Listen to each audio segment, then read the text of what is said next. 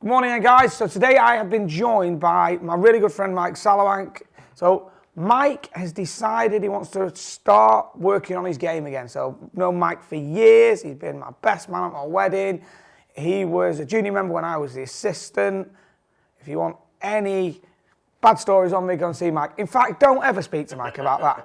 He'll tell you all sorts of things that I don't really want you to know. Anyway, about Mike's game, why is he here? Well, Mike got down to 3 as his lowest as a junior, then stopped playing, went to uni, figured out what girls, drinking and socialising were all about. Clearly all the good things in life. So I started doing all those and stopped playing essentially. Now play 3-4 times a year? Yeah, go on a little golf trip to Wales once a year. Couple of little games with my dad. That's about it. So what we're going to do is start off, take the swing, have a look at it, and what do you want to do?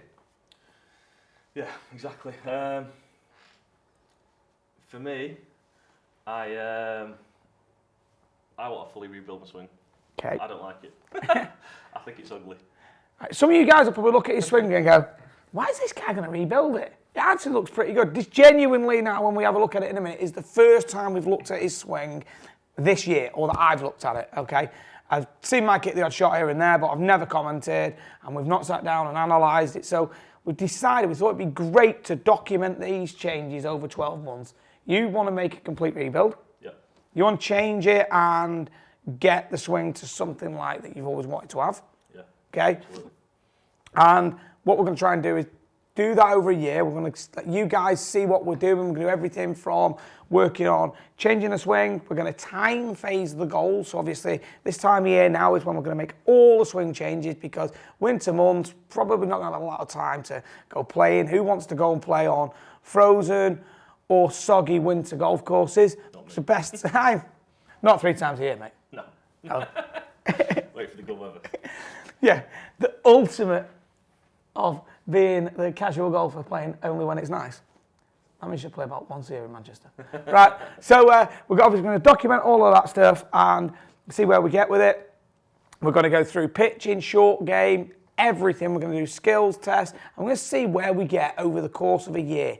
We're going to do something shortly as well where we have a look at baseline numbers just to begin with, what we're getting with the driver, through the bag, so that we've actually got somewhere to start and we can see how that progresses over the winter. Nice. Okay, so we see here with Mike, posture's a little bit off, weight's going definitely too much towards the toes in this direction right here. We can see the actual edge of the heels a little bit up, okay? Upper body's tilted too far forwards. We've got a little bit too much pressure going through the front of the thighs. So what this then causes in the backswing, we will see that the shoulders just get a little bit too tilted and head just starts to lower. So the head just losing a little bit of height. So we have that there. It's a strange growth you've got. And you can see there that head's going down a little bit too much and shoulders now become a little bit too angular. But the wrist set's amazing, okay? So that looks really good. So that's something we definitely want to keep, is that wrist set. That is really, really, really good. Okay, shoulders a little bit too steep. So then what we then see is a little bit of lifting posture here. You can see now the middle part of the body and head starts to lift. So that is definitely one of the issues that we will see going into the transition. And we'll also notice that this little line on backside now starts to move forwards before you even start your downswing. So we dip down in the first move, okay, get amazing sets, we've got to keep that, okay, and then we start to lift up with the body to try and find some height at the top of the swing and to actually probably rebalance you across your feet.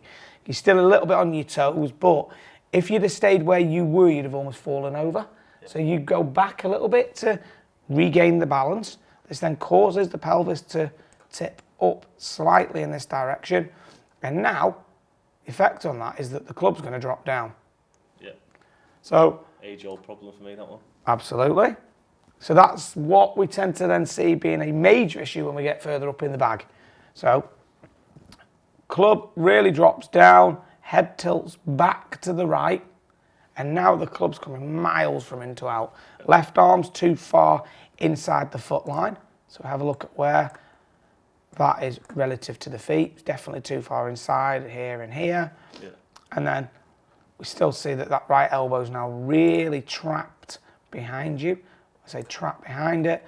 What we're meaning is that the front of the hip would be somewhere near where the jeans pocket is. Mm-hmm. And we see that the elbow is definitely behind that over here.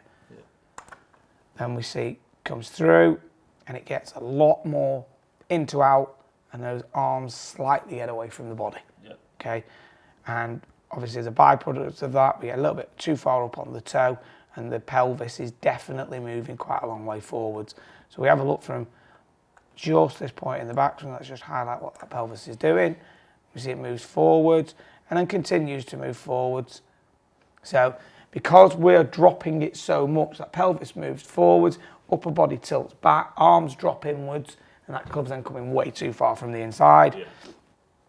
And great thing though, we haven't got much flip in the club face, but the bad bit for that is you get lots of high rights, traditionally. Yeah. So, especially with drive. Yeah. And let's have a look here. Let's just highlight what the hips are doing. So let's take it back. Pretty good there, to be fair. Yeah. Okay. And then we go back. Right, here's a huge issue. So what we've got is left knee's coming in too much. Okay, putting too much pressure through the inside of this left ankle. So that's going into internal rotation too much. So what will happen is your knee cannot kick out properly in that transition. Right, okay, so the pelvis shifts. Okay, so let's get rid of these other lines. We'll see that the pelvis will shift forwards, okay, but the knee stays inwards because it can't go out the knee because it's already maxed out in that direction. So until you then push up, you can then kick it out. So it gets very late that it kicks out. So what this is then doing is the head has to go backwards. So now you're really stuck on the inside. So one of those problems is that knee comes in too far, that maxes out internal rotation from that lower half of the body. Yeah. Then we can't start down. Now if that left knee kicks out first in the transition, that gets your arms back out in front of you. Your pelvis tucks under and goes to the right of the target, dropping the arms further back. So once those arms are dropping further back, as we can see here on the left-hand side of the screen from down the line, so when that pelvis goes, we can clearly see that pelvis is moving, but the knee's not doing anything. Yeah. So the knees almost stay close to the target line, staying over here. That left knee doesn't re-rotate. Oh, yeah. So that drops it in, and we then see that that upper left arm is really tight and connected. So that stays too tight, so that drops down your torso, which then obviously keeps that right elbow backwards. Going from the front view right here, have a look where your head goes and watch where your cap is. You see how it's dropping to the right now? Yeah. So it's actually going nearer to the brickwork. If we just draw a quick line on that, what we should be able to do is see how much that head is moving. So on the arrow, let's take that one off. Okay, so let's go from there. Head tilts now because the pelvis is going to the right, staying closed. So the head is dropping, and now you're going to have to struggle to reach the ball from there because you're further away from it. And look, your head, if we were to go like this and put like a little box over it, it's way over the right side, so you're miles behind the ball. Probably one of the reasons you have a tendency to play that ball further back. Yeah. In the stands, because if you had it even further forward, you'd so badly struggle to even reach it. It'd be like a horrible thin strike. It's one of the reasons that when the club gets longer and the ball goes forwards, you struggle even more. Yeah? So it's always bottom groove, and you're not getting anything like the distance out of it you should be doing, particularly with a long club, because your weight's moving away from the target. You're not getting over your left side. Yeah, that makes sense. Yeah? It's always bottom heel as well, so I assume, because I'm moving towards the ball, I'm always going to get out of the heel. Majority of the time. Yeah. Yeah. And it's one of the reasons that you become quite a decent iron player generally. Okay. Blades Yeah. Centre's near the heel, isn't it? Yeah. Because obviously they've not got any mass towards that toe. If you've ever played with blades, the centre is nearer the heel. So when you flush one, it's generally heel side of centre. Yeah. Because the more modern blade, where they're starting to do a bit more adjustments in it, has moved more centre. Yeah. But traditionally, it's always been heel side. And yours aren't the modern new blade, but kind of traditional blade. Yeah. So we can see here, right hand's then just having to tuck under, and we can now see that because of where everything's moving, you see the left knee's buckling, but the pelvis isn't over the ankle, is it? It's back. So everything looks like it's on the right side, and then you come through. Get all your weight in the heel at the end. Yeah. So that's a great bit. Okay. At least it's one good bit. That and the wrist set. We've got 2 good bits. And we've got the stable club sleeve. So there's 3 bits we don't need to shred. Okay, that's good. So then from here, obviously, we're going to start to generally see slightly higher exit of the golf club, so it's coming up through your shoulder. It's got to be that way because you're leaning that to the right. So that club's always going to want to come a little bit more up. So It does look a little bit, weak. That left knee's a bit like... it's not straightening out, is it? You're not posting? No. So you can have a look here. Pelvis is still quite a long way, so centre of the pelvis. Yeah. So, don't do the square. Centre of the pelvis actually probably right at target, still there. Absolutely. Yeah. So you've always struggled with blocks and overdraws, but traditionally the big block, high block, and getting very floaty and getting loads of spin on those shots. Yeah. Quick look at some TrackMan data. 3.6 into out with a 4.8 open club face relative to that path. Yeah. So 4.8, so 1.2 open to the path. Okay. Spin rate's arguably pretty good. Okay. So that's not bad, but obviously distance is way down there. Yeah. Okay. 4.7 again, that one's actually hitting a little draw. Okay. Spin rate again, pretty decent. Okay, let's see what that is. And that one, 2.4 little draw, but attack angle is really variable, 2.9, 4.5, 0.2, right, so it's always changing. And we have a look at the smash factor number down here, 1.28, 1.34, 1.22, so face it, because you don't get on top of it and squash it, we don't get as much compression as we'd want. Yeah. So that's what doesn't give the flight, so that's why it gets a little bit picky. Now, what this is saying is, just on that club speed, without us doing anything to it, we should be getting another 10, 11 yards. So then guys, we've had a look at the analysis and I've made a list right here. That list is going to be up on the screen for you guys to see.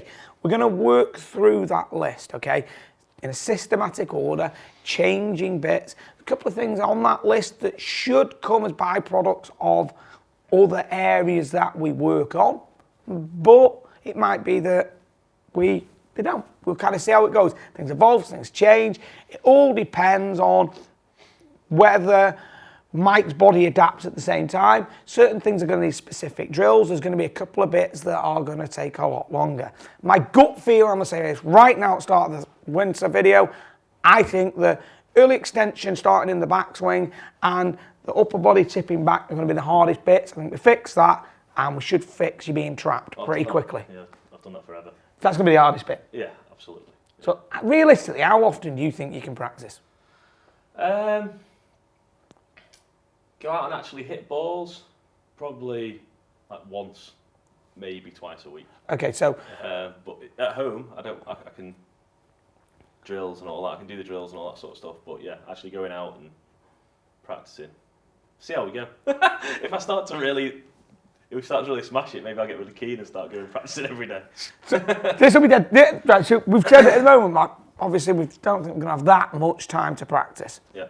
But this is going to be really interesting to see whether Mike gets bitten by that golf bug again and gets like all of us and wants to actually get out there and work his game even more. Let's see how that happens. That should be pretty cool to actually see it just in itself. Yeah. So what we've got to do though is I'm going to obviously base the plan around Mike's schedule with work, family, etc. and going to make sure that we can make those changes. But obviously, we've got to create ownership in some of the changes before we can move on.